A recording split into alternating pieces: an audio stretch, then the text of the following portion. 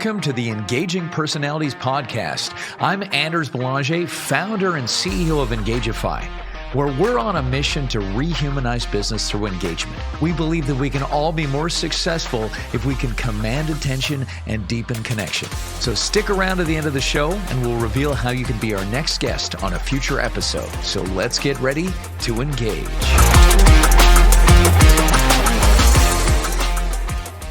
Our guest this episode is the founder of Expo Stars Interactive, an award-winning global exhibition engagement company based in Manchester, UK. Now, since establishing the company in 2007, Lee and his team now support exhibitors in over 100 cities across 53 countries to optimize their exhibition engagement and achieve measurable results.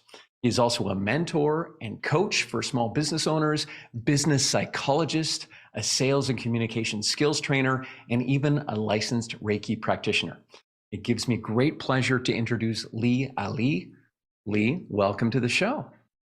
Hey, Anders, thanks very much for having me. All right. So I'm excited to share you with our listeners just because I've got to know you over the last number of years at the Exhibitor Live, which is one of these, they say there's a trade show for everything. And that's a trade show for trade shows, right? So we've got to hang out, and I realized we're really singing from the same song sheet, if you will, right? We have a lot of aligned philosophies and things, and you know what you're doing at Expo Stars, I'm just so impressed with, and I know it's different. So I want to kind of talk about the stuff you're doing there, and then we'll see where this takes us. Sound good? Fantastic, yeah. Okay, good. So tell me, what is Expo Stars? I know, but I want you to kind of describe it because I think we're similar in the way that, at Engagify, we have infotainers, So what is an Expo Star? What do you do at Expo Stars? Sure. Expo Stars is a trade show performance agency. So performance being the operative word. Obviously, we have a hall full of exhibitors, and who are the people that make the difference? Okay, so a trade show is all about people connecting with people. So, and the real stars of the show are the people who take a step out and make that happen. So we call them Expo Stars. Okay, they might be the people on the front line who are actually tasked with going and approaching the attendees, saying hello, bring them into the booth, and doing a product demonstration, facilitating the experience on the booth. But it's all about people. And when I set up the business 15 years ago, I was thinking of an acronym for the business. Okay, so I thought about everything about Expo sales, Expo people. And then I thought, what is it that I actually want to do? And it actually turned out that I wanted to help businesses get more sales out of the exhibitions. I wanted to offer training, and I wanted to give them strategies to actually get results. And the acronym STARS, so that was staffing, training, and result strategies. Okay. So I didn't know that. Expo Stars.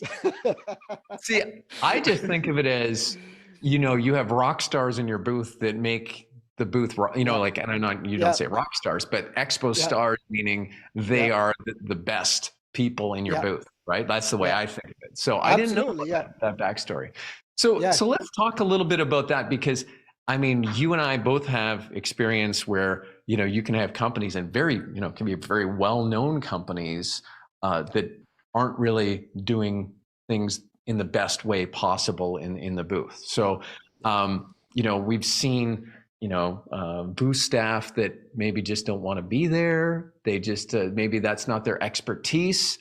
And so what is it, do you think that makes someone, an expo, you have Expo Stars, but make someone a star in the booth? Because what are you looking for when you bring in these people?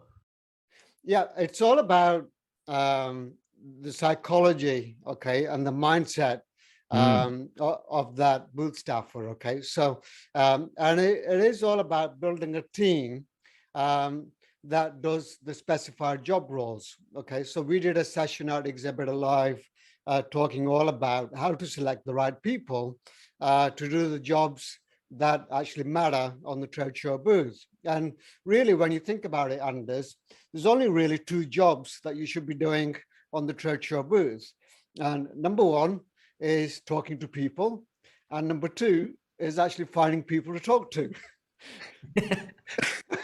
That really does sum it up pretty much, right? You just want to be Yeah, maximizing your time talking absolutely. with the right people, right? So Yeah, absolutely. Yeah. So, I mean, I'm joking there. Obviously, there are many different types of jobs that you have to do at the booth. So, the first job is obviously you need to have a specialist who can actually approach and engage the attendees, ask them questions, okay, build rapport with them, and then bring them into the booth if they are qualified, suitably qualified. So, that's the first job, and you need a particular personality, or, for someone to do that really, really well. And what tends to happen is companies bring along some of their internal booth staff. Okay, some of them might be from the shop floor, some of them might be engineers, some of them might be coders.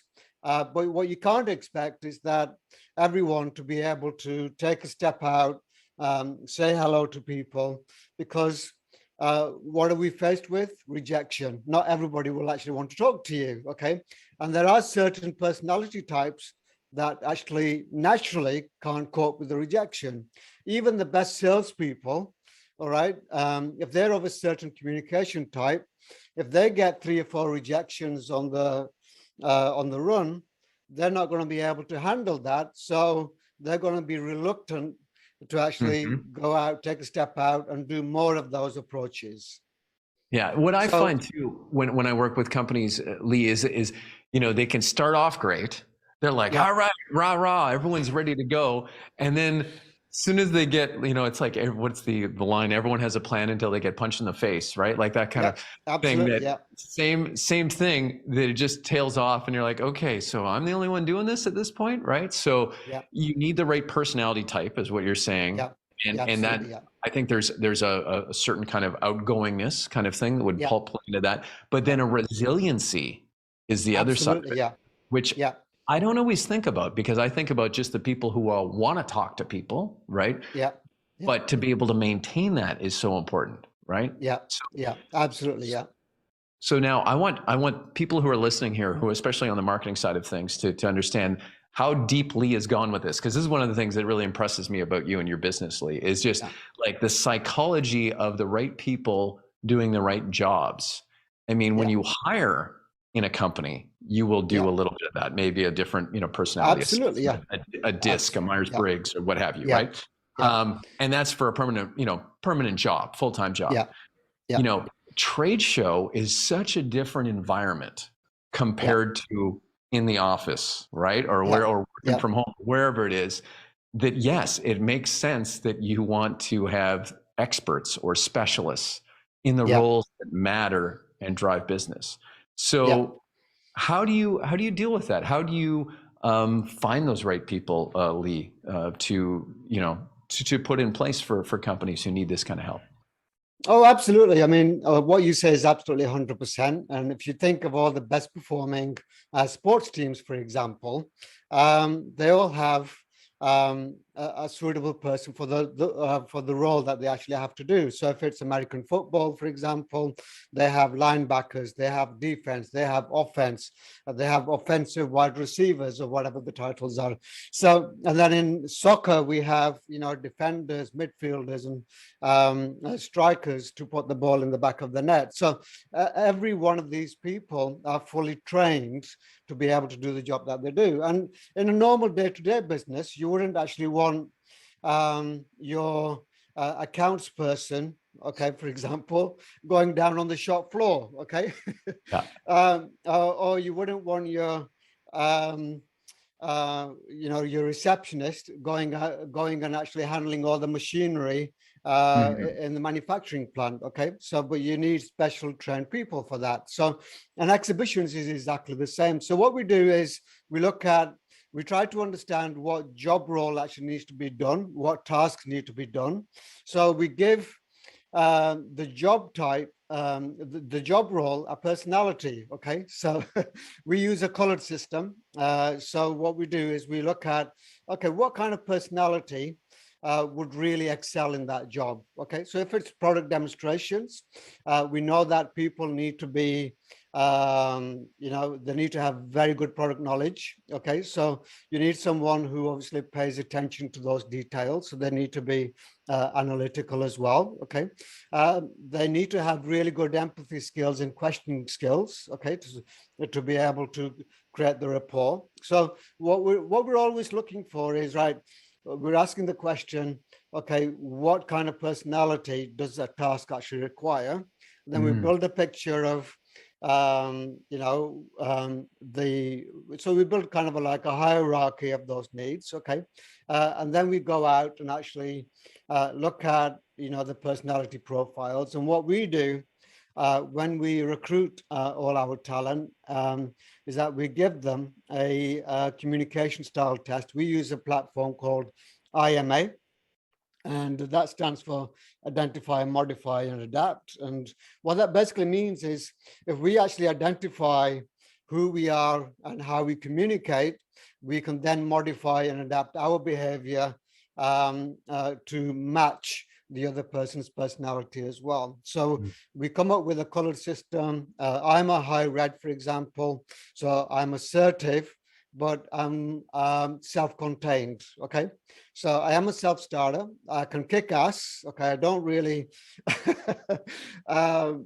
really care. Not in the wrong way, but I would actually look at the bottom line in terms of the results. Okay, so a really good example is this.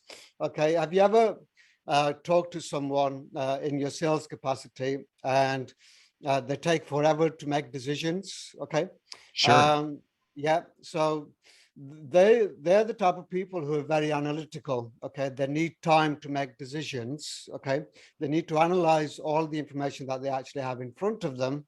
Okay, look at all the finer details before they actually commit to anything. Okay, and if those kind of people, when they get pushed for a decision, they kind of go, whoa, yeah, leave me alone for a bit. I'm not in my comfort zone and I don't want to be pushed. Okay, so those are the type of people what we call high greens. Okay, they are analytical. Okay, they are self-contained. While they're absolutely brilliant at the jobs that they do, they have to pay a lot of detail and they want to make an informed decision. Okay, whereas I'm a high red, and what I do is, all I want to know is, how much is it going to cost? What's it going to do for me? And when can you do it? Okay, if you can answer those questions, you've got the deal. Right, more of a straight shooter kind of thing, and straightforward in that way. Yeah, absolutely, yeah. So, so it's very important to actually understand what color the tasks, okay, that need to be done, what color kind of person you actually need. Okay, so and the best person in terms of the engagement is someone who's assertive and who's very open and feels very comfortable with developing relationships with other people. So another situation is, if you go into a networking environment, for example, there are people in the corner with a cup of coffee and they're really afraid. They're in their little corner and wallflower. Yeah. They feel uncomfortable actually approaching people. And then you get someone who walks in and they have immediate presence. Okay, they look eye contact with people and they go forward and actually approach them straight away, put their hand out and say, hi, how you doing? Okay, those are what you call high yellows. Okay, and they are the kind of people who are natural at feeling comfortable, at wanting to be the star of the show. Okay, they love attention, and they're the kind of people who are natural actors and actresses as well. Okay, so so these are the kind of things that we actually look at when we actually look at, bringing people on and actually implementing them into a booth team. Right. So from what you're saying, I'm going to guess that the people on the perimeter, on the outside of the booth, who are stopping traffic and engaging, they're going to be high yellows, is what you're saying. Absolutely. Yeah, absolutely. And then let's say that you supplied other people for a product demonstration. Now I can't remember what color you said that would be, but that would be a different role, so a different type of person. Is that right? Yeah, Okay. absolutely. Let me put a caveat in there as well. Okay. And that there's another consideration that you have to make, and that is your target audience. And you have to understand how they communicate as well. So, for example, I just gave you the example of the high green who takes forever to make decisions, who wants a lot of detail. So if you're dealing with IT managers, for example, they will be analytical and they will actually want those details. So you want your product demonstrator to be able to have all of that information to hand and be able to give and provide that information. Okay. So, and at the same time, also be able to ask questions to the other person. And the other great thing is, if you know your target audience color, one of the best things is that people of the same color type are, they build natural rapport. They really get on with each other because they understand each other. Right. Well, and that reminds me of, I have a mass practitioner in NLP, and there's this story of when the founders of NLP, where they did an experiment where people had come in and they figured out what kind of, were they visual, were they auditory or kinesthetic, and they give them a little different colored sticker on their, on their shirt. And they had all these people mingling, and they said, okay, only talk to people with the same color. And then the sound of the talking and the energy just went up in the room because everyone was getting each other, right? So it's the same kind of idea here, is that you've got the same personality types meshing and building that natural rapport because you have the right people in the right positions, absolutely, right? Absolutely, I mean, the two key things for, absolutely. I mean, the two key things that we need to consider is your target audience. So whenever you do your booth strategy or you put an experience together, you need to understand how does your target audience communicate, okay? And if you put on a really fancy experience, but it's not, your target audience doesn't like the bright lights and stuff like that, then that's going to be a complete mismatch, and you're going to turn off your target audience altogether. Okay. And how many times have we seen that on the trade show floor? Just a misread. So let's kind of talk about this, the matching and optimizing the experience, because I know we talked about this, and I want to kind of tee this up for you. Is there's in online marketing, you have search engine optimization. And in event marketing, you have what is your take on this, and how do you help companies with this?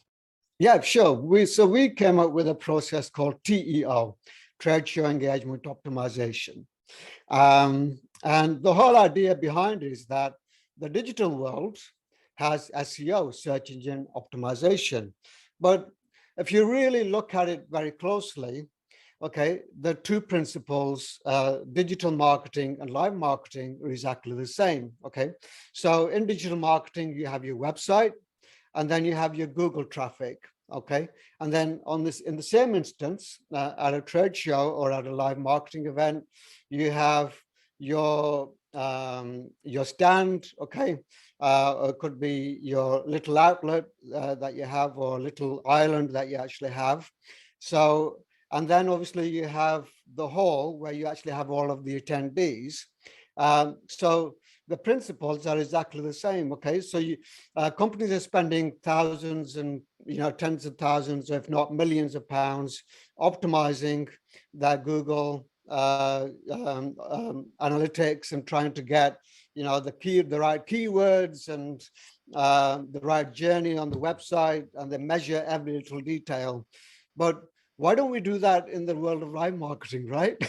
Well, it boggles the mind, because when you think of, well, I mean, the data is there, right? And they can see it, and they can play with it, and they play with it. And yet we know that people are just kind of clicking around. It's not the same as having someone in front of you, right? Like the power of building a relationship in person is just so much stronger for business development. And yet we don't think of that. And well, you have. So go on. Yeah, absolutely. So what we do is we look at the 5 core pillars that actually make a really good TEO strategy. Okay. And then the first one is obviously looking at your trade show strategy, your exhibiting strategy, okay, and how that actually aligns with your business growth goals, okay. So, for example, if you have in SEO, you have the same, okay. You look at your business, okay, and you have a business growth plan, and then obviously part of that business growth plan is obviously to get more customers through Google ads or search engine traffic or anything like that. So, and we do the same. So we look at asking questions like, why are you exhibiting? Okay. And how does that actually align with your business growth strategy? Okay. So, and a lot of people, a lot of companies that we work with are exhibiting because they've always exhibited at the same show for the past 30, 40 years.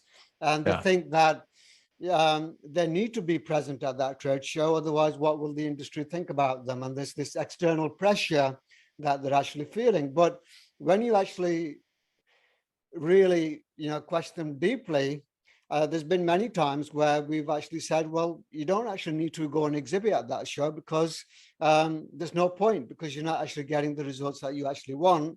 And it's just a false economic situation for you, because in your head, you're thinking, okay, we always have to do this exhibit. But when you look at it deeply, you don't actually need to. You could actually easily do your own events to actually entertain your clients, okay? And a lot of exhibitors' goals are that they've got to go and meet their clients at this exhibition, okay? And my question is, why would you actually invite all of your clients and actually put them in front of your competitors? Yeah, no kidding.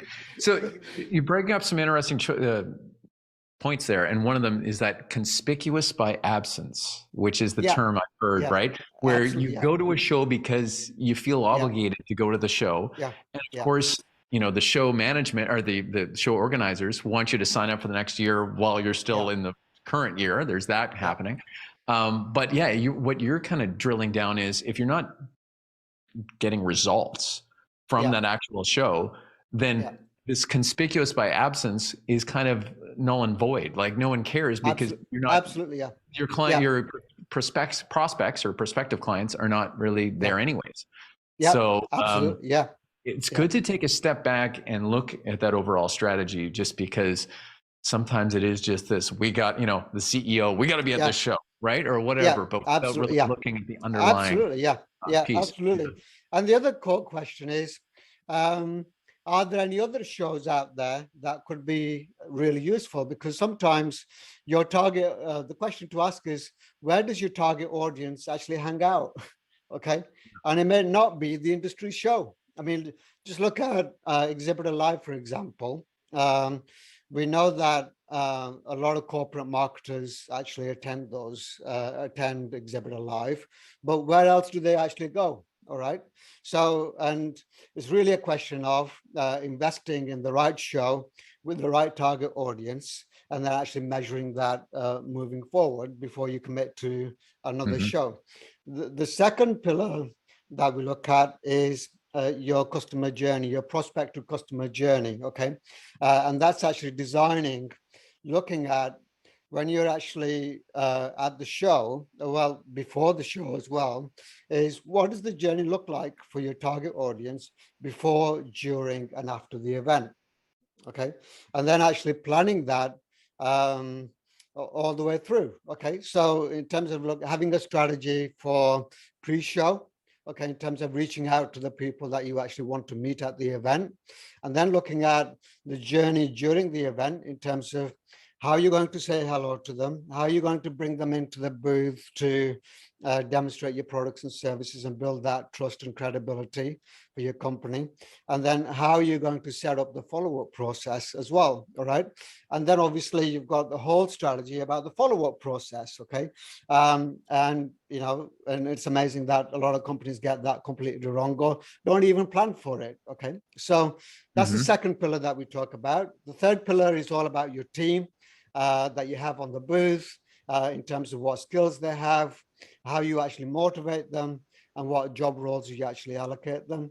The fourth element is obviously your metrics and your key performance indicators in terms of looking at how we are actually going to define whether we were successful at the show or not. Okay, and it doesn't always boil down to the number of sales leads that you've collected. Okay, it can be, one of many different things. Lastly, and most importantly, is the follow-up process.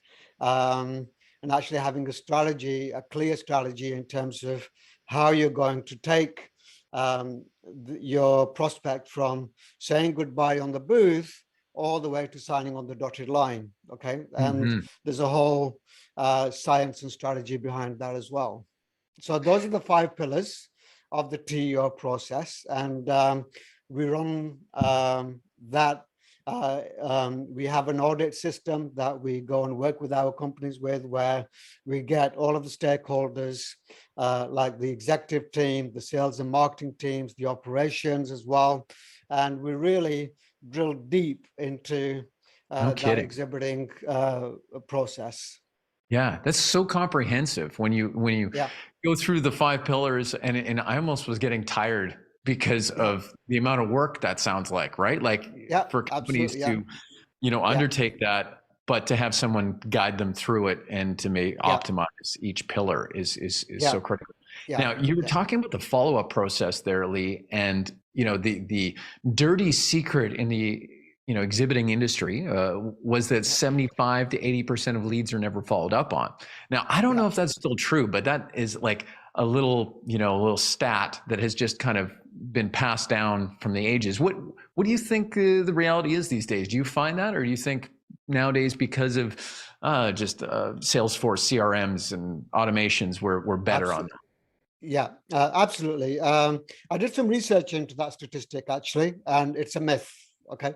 So I scoured through all of the research on the CIR platform, and I asked a lot of questions to anyone who's done any research about this, and there is no validated statistics on that. But according to my own research, what I tend to see is that 70 to 75% of leads are not followed up beyond the first email.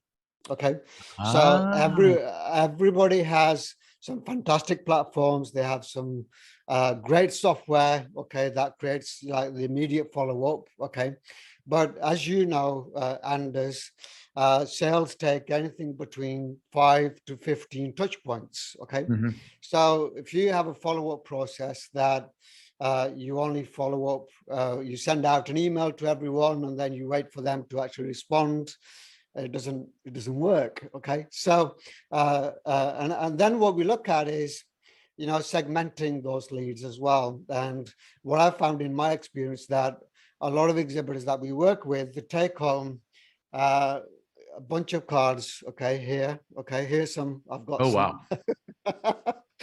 That's my networking this year. Oh man.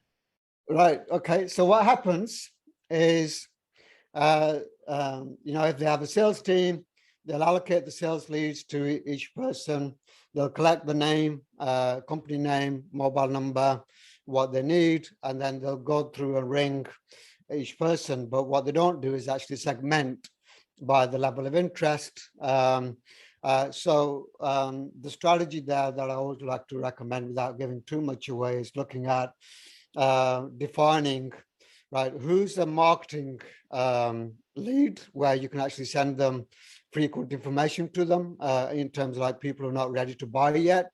And then there's the sales qualified leads who actually have an immediate need, or they have a project coming up where they actually want to talk to you. Okay. Or there might be like a partnership lead where you've got a fellow company that wants to look at some kind of collaboration on projects as well. So what you do then is you segment them, and guess what happens? And then once you've actually segmented them, you give priority to the sales qualified leads. Okay, they get the attention a lot faster. Whereas if I'm actually going through these leads from top to bottom in terms of my follow-up, the best opportunities might be at the bottom, and by the time I get there, I might have missed them. The opportunity might have gone, right?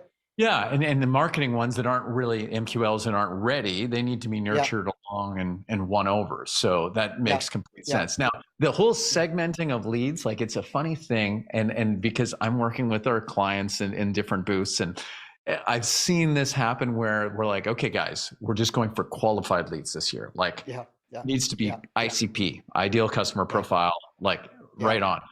And then what ends up happening is you get into like day 2, halfway through day 2, or maybe towards the end of day 2, and they just know their metrics are going to look so horrible because they're comparing to other years, which is a completely different strategy, right?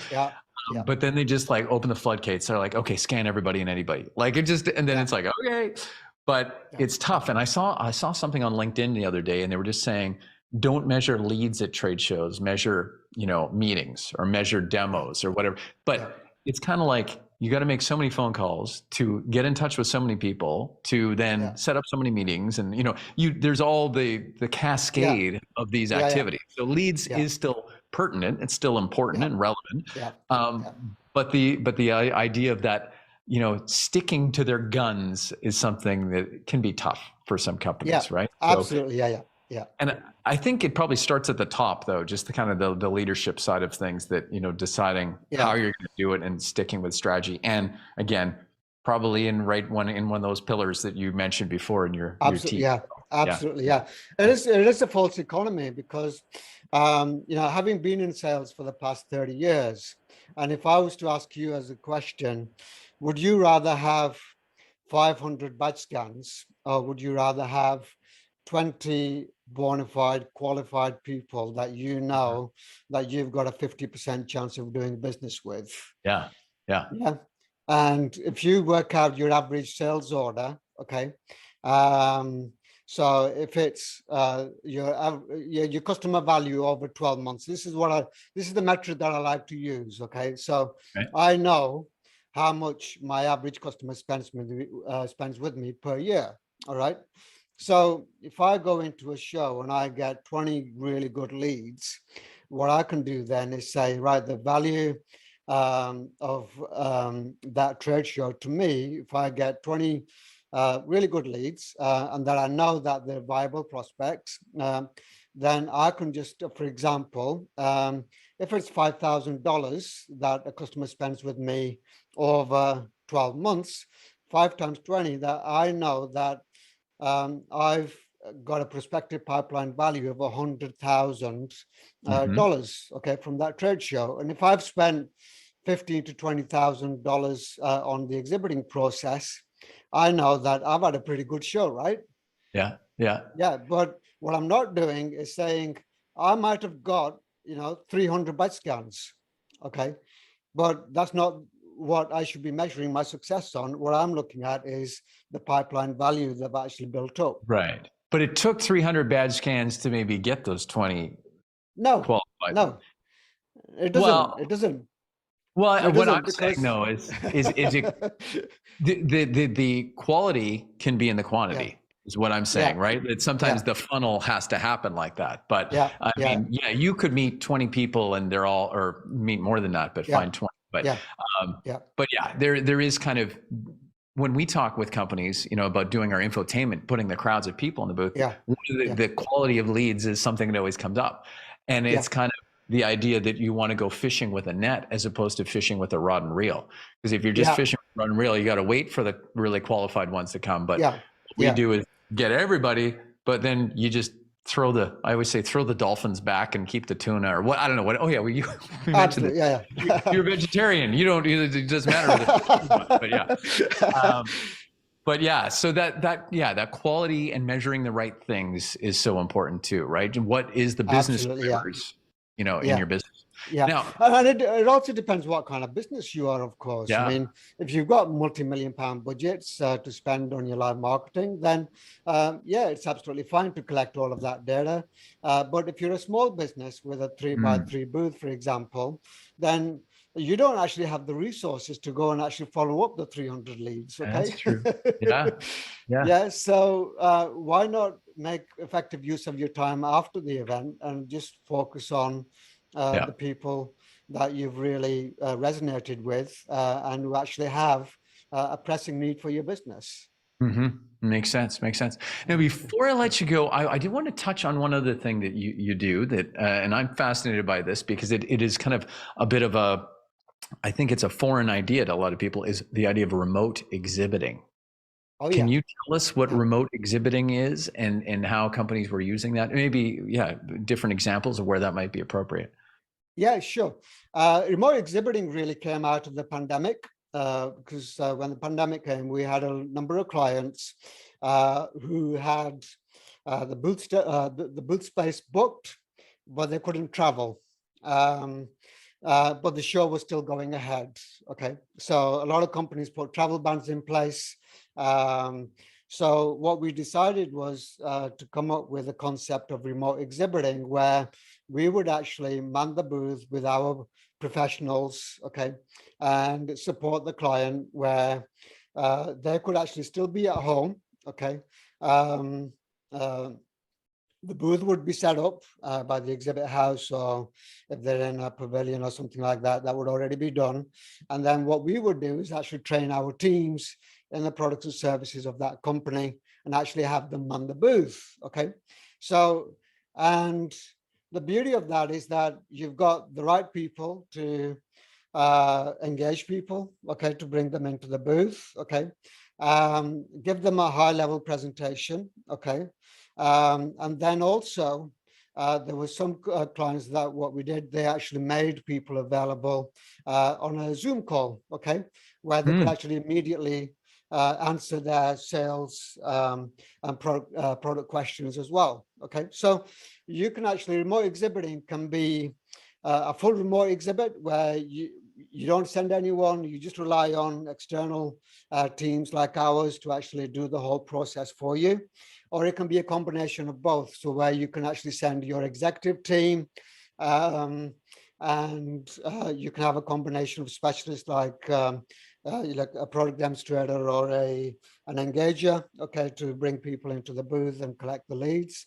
And then your product specialist or your executive team can actually have meetings with the people who have actually expressed interest in terms of learning more about the business, okay?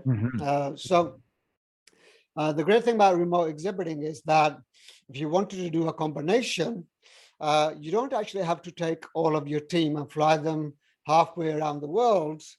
So that saves a lot of money. And in terms of, we look at all of the sustainability, like the carbon footprint and everything else. Right. And that is a great way to actually reduce your carbon footprint. Yeah, I mean, I can see that. Well, I wasn't thinking environmental. I mean, you just mentioned that, but the cost savings for flying this whole team and going there and doing all of that, and in some ways, and we've already covered this, but some of those people might not be the best fit for that job at the trade show anyway. Absolutely. So not only are you going to be getting better results by having the right people in the right jobs, but you're saving money and saving the environment. So there's some real advantages to doing this remote exhibiting once you kind of get over the hump of it can be done, right? Yeah, I think a lot of people can't imagine non-company people representing the company. But I imagine, Lee, that you have a lot of processes in place so that those engagers and product demonstrators do represent the company in the best light possible and are knowledgeable. Absolutely, yeah. I mean, we take a lot of time and care to ensure that they understand the company's offers and the products and services that they're doing. We train them in terms of looking at who the target audience is, in terms of who they should be qualifying. We look at the engaging questions, and we look at the whole journey from saying hello to collecting the sales leads and actually setting up the follow-up process. So so we actually follow the TUR process for ourselves, okay, with our clients. when we actually do the activation for the client. So, and many a time when we have actually done a remote exhibiting activation, what we found that the results compared to what the company was actually producing before, they were actually no different. In some cases, they were actually even better. Yeah. So they got better ROI because they had fewer expenses, and they save the planet at the same time. Or try, do some saving of the planet. I can't say save the entire planet just by doing that. So Lee, thank you so much for coming on here, because there's so many things going on, for people who are doing event marketing, wanting to create engagement, at their booth. Right? Just knowing that there were ways that you might be shooting yourself in the foot, and you can do trade show, optimization for yourself. So, before we let you go, where can people reach out and get in touch with you? What's the best way? Best way is to connect with me on LinkedIn. So Lee Ali. So you should be able to find me. So I'm quite quite popular on there. Do a lot of regular posts. They can find us on our website, www.expostars.com, and they can email me directly, lee@expostars.com as well. Beautiful. Or they might see me at an airport lounge somewhere. yeah, you do your share of traveling for sure. That's good. Well, thank you, Lee, for being on here. I really appreciate your time and sharing what it is that you do. Thank you for having me, Anders. It was a blast. All right. Well, until next time, everybody, stay engaged. Thank you so much for listening to Engaging Personalities. If you believe this world needs more engagement and you're an industry leader, or you have an interesting take on rehumanizing business, go to go.engagify.ai/podcast-guest to apply and come on the show. If you got something out of this interview, do you mind sharing it on your social media? Just grab a quick screenshot with your phone and text it to a friend, or post it on the socials. If you know someone that would be a great guest, tag them on social media to let them know about the show. Include the hashtag Engaging Personalities. I love seeing your posts and guest suggestions. We are regularly putting out new episodes and content. To make sure you don't miss any episode, go ahead and subscribe. Your thumbs up, ratings, and reviews go a long way to help promote the show and mean a lot to me and my team. Want to know more? Go to our website, engagify.ai, or follow me on LinkedIn. Thanks for listening, and stay engaged.